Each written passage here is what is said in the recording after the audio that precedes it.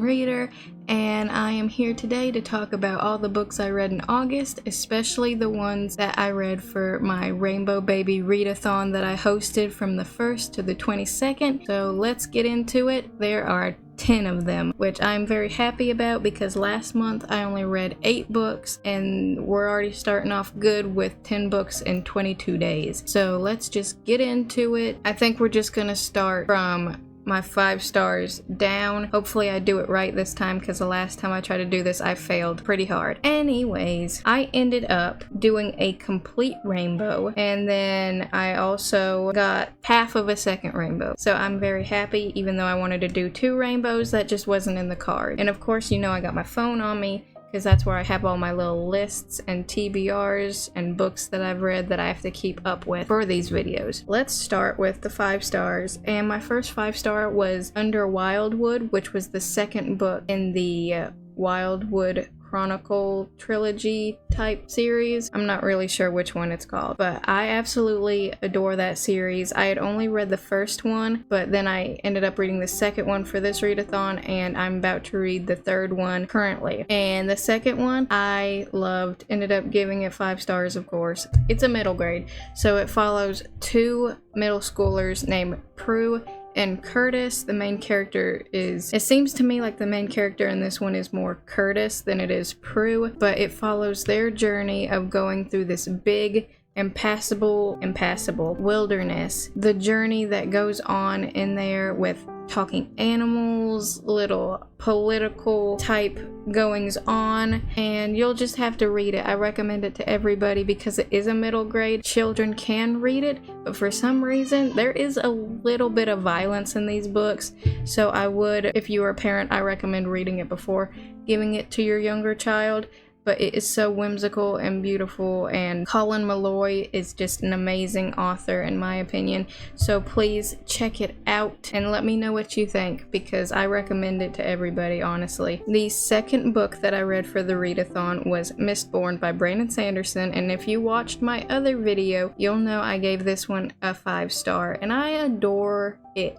Loved it with my whole heart. Top 5 books of all time, easily. Epic fantasy, including a heist and a political magic system with great violence details. That's really important to me in books about battle, that everything is detailed and logically correct. So that really made me love it even more. Pick it up if you love epic fantasy and heists or battles, wars. I just realized I talk with my hands a lot. I didn't notice that until making a booktube. But anyways, the next one, I'm just gonna say the next one is a poetry book called The Sun and Her Flowers. I'm not going to pronounce the author's name because I don't want to mess it up and get it wrong. I feel like that's disrespectful. So I'm just going to leave you guys, if you're interested in it, check it out for yourselves. It's really powerful towards women, and I'm not going to rate it because it is nonfiction and it's about her life, and I don't feel right rating something with stars that happened personally to someone else. So if you want to read an empowering, simplistic poetry book that will get you into poetries, like poetry,